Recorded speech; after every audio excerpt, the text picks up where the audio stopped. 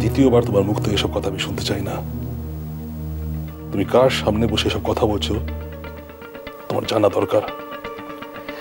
Sorry sir, আমি আপনাকে অন্য কোনো সেন্সে কথাগুলো বলিনি। আমি যতটা চিনি, যতটা বুঝেছি, সেই অভিজ্ঞতা থেকে আপনাকে কথাগুলো বললাম। অঞ্জলি, একটা কথা জেনে রাখো, অশোক কাপুরকে কেউ রিফিউজ করে না, আর যদি কেউ করে তার নাকে কিভাবে হ্যাঁ করাতে হয় সেটা তার জানা আছে। প্লিজ স্যার, আপনি একটু বোঝার চেষ্টা করুন প্লিজ। পজিটিভলি ভাবলে দেখবেন যে মানে এটা মনে হয় কোনো জেদ ধরে বসে থাকার সময় নয়। কিছু কিছু কাজ ঠান্ডা মাথায় সুযোগের অপেক্ষা থেকেই করতে হয়। শুধু সুযোগের অপেক্ষা থাকলে চলে না মঞ্জুরি, সুযোগ চিনতে হয়। স্যার, আপনি যদি আমার উপর একটু বিশ্বাস রাখতে পারেন তাহলে আমি আপনাকে কথা দিচ্ছি, ডক্টর উজান চ্যাটার্জিকে আমি আপনার নার্সিংহোমে নিয়ে আসব। কিন্তু আমার একটু সময় চাই, একটু। হাজার চেষ্টা করলে ওরা আমাকে পাবে না, কিছুতে না, নেভার। উনি যতই বড় বিজনেসম্যান হন না কেন, হাজার প্রলোভন সত্ত্বেও কিন্তু আমি নিজের জায়গা থেকে নড়ব না। কিন্তু আমাকে পাওয়ার জন্য ওরা আর কি কি ঘটাতে পারে সেটা নিয়ে আমি ভাবছি। ওরা কি করবে না করবে সেটা নিয়ে ভাববার কোনো আর দরকার আছে বলে আমার মনে হয় না। ইনফ্যাক্ট জিএস নিয়ে আমি আর কিছু ভাবতেই চাই না। আমার চিন্তার জায়গাটা হলো আমার টিউলিপ।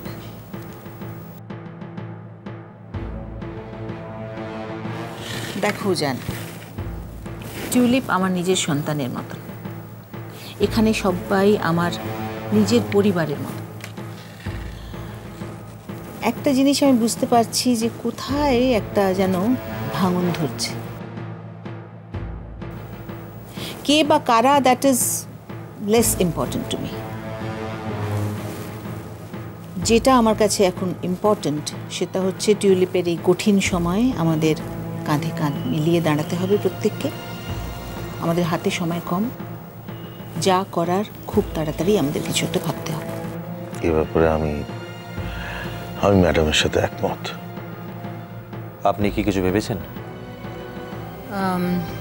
না, সেরকম কংক্রিট আমি কিছু ভাবিনি। তবে একটা জিনিস আমি খুব ফিল করছি যে আমাদের একদম নতুন একটা কিছু করা দরকার, যেন সামথিং ভেরি নিউ। আমিও এখানকার ডক্টরদের সাথে কথা বলেছিলাম। আমার মনে হচ্ছে যে আমাদের সিস্টেম, সেট আপ, ইকুইপমেন্টস এগুলোকে যদি আর একটু মডার্নাইজ করা যায় বা এগুলো নিয়ে একটু ভাবনা চিন্তা করা যায়, তাহলে আমরা হয়তো জিওসের সাথে পাল্লা দিতে পারবো। কিন্তু সমরেশদা, জিয়াসের সঙ্গে কম্পিটিশন করাটা কিন্তু আমাদের মূল লক্ষ্য নয়। সেটা করতে গেলে কিন্তু আমরা ভুল করব। আমাদের উচিত আমাদের নিজের জায়গায় দাঁড়িয়ে কিছু একটা করা। আমি বুঝতে পারছি উজান, তুমি ঠিক কি বলতে চাইছো। তুমি বোধহয় বলতে চাইছো যে আমাদের যেগুলো স্ট্রংগেস্ট পয়েন্টস সেগুলোর ওপর জোর দেওয়া উচিত, তাই না? এক্স্যাক্টলি। পাশাপাশি যে ডিপার্টমেন্টগুলোতে আমরা একটু পিছিয়ে আছি সেগুলোর প্রতি নজর দিতে হবে। প্রয়োজন হলে নতুন সেট আপ অ্যারেঞ্জ করতে হবে। ঠিক বলেছো জান, এক্সেলেন্ট আইডিয়া। সমরেশ, আমিও না এরকমই ভাবছিলাম।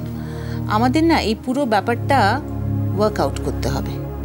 তোমরা পুরো জিনিসটা দেখে নিয়ে আমাকে জানাও তো যে কোন ডিপার্টমেন্টটা নিয়ে আমাদের ইমিডিয়েটলি ভাবতে হবে এবং টিউলিপের কোন ডিপার্টমেন্ট এখনো দুর্বল রয়েছে। হ্যাঁ, সেটা তো দেখতেই হবে।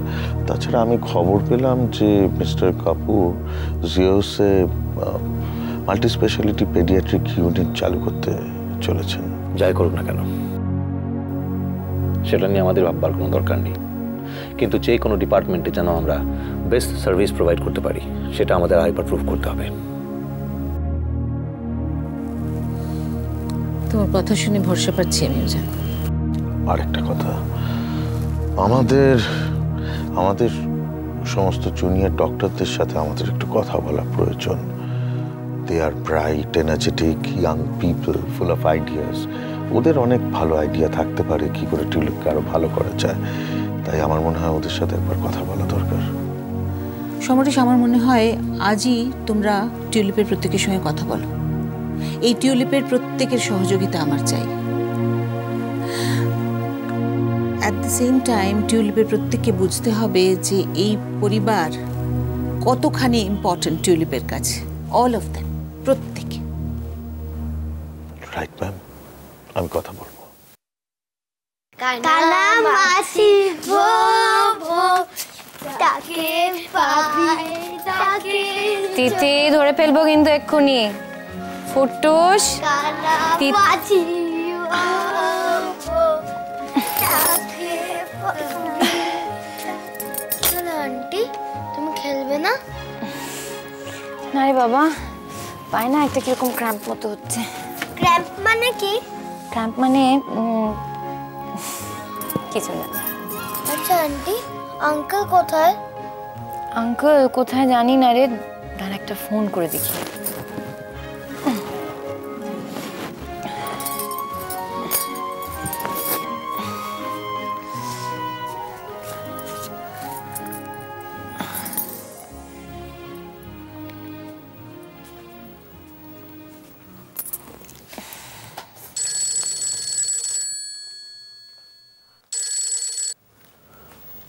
হ্যাঁ বলো।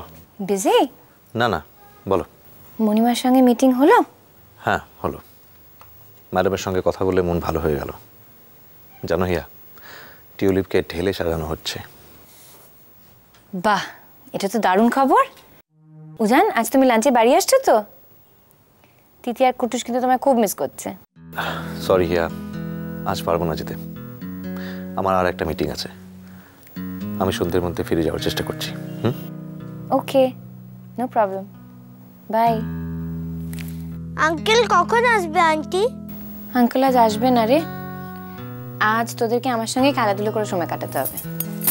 কিন্তু আমরা তো আর একটু পরেই চলে যাব। ও, তোদের তো আজ দাদুর বাড়ি যেতে হবে না? কটা বাজে বলতো?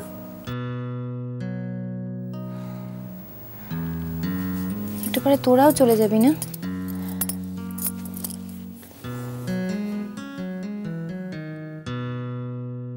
আমি পরিষ্কার দেখতে পাচ্ছি ছোটদাকে যদি কাপুরজির নার্সিংহোমে জয়েন করাতে না পারি তাহলে কি কি হতে পারে।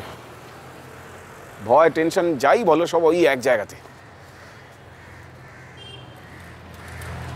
আর কোনো ভয় নেই। মানে? বললাম তো, আর কোনো ভয় নেই। আমি সব কিছু সামলে নিয়েছি। কি বলছো? কিভাবে? দেখো, একটা ব্যাপার তুমি আর আমি দুজনেই জানি, গুন্ডাদাকে এই সময় রাজি করানো সহজ নয়। তাহলে তাড়াহুড়ো করে তো কোনো লাভ নেই। এই কথাটাই আমি মিস্টার কাপুরকে বললাম। এখন ঠান্ডা মাথায় আমাদের ভাবতে হবে কিভাবে আমরা এগোবো। তুমি বলেছো? কাপুরজি বুঝেছে? সত্যি বলছো তুমি? মিথ্যে বলে আমার কোনো লাভ নেই। এই কথাটা যেমন মিস্টার কাপুর বুঝেছেন, তুমি বোঝার চেষ্টা করো। হ্যাঁ, আমি বুঝতে পেরেছি, কিন্তু আমি ভাবছি তুমি পারবে তো? ভিকি, আমি কি পারি না পারি সেটা সম্পর্কে তোমার কোনো ধারণাই নেই। আমার উপর একটু ভরসা করেই দেখো না, আশা করি ঠকবে না। এবার বিশ্বাস করা না করা পুরোটাই তোমার ব্যাপার। আমি শুধু এটুকু বলতে পারি, কথা দিয়ে কথা রাখতে আমি জানি। মঞ্জুরি,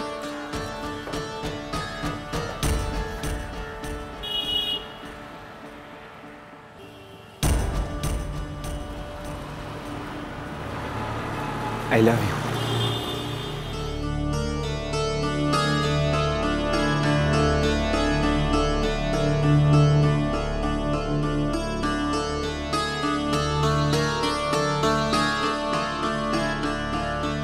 আর যদি একটা মাস আপনি অপেক্ষা করতে পারেন তাহলে টিউলিপও সেম টাকাটা আপনাকে প্রোভাইড করতে পারবে।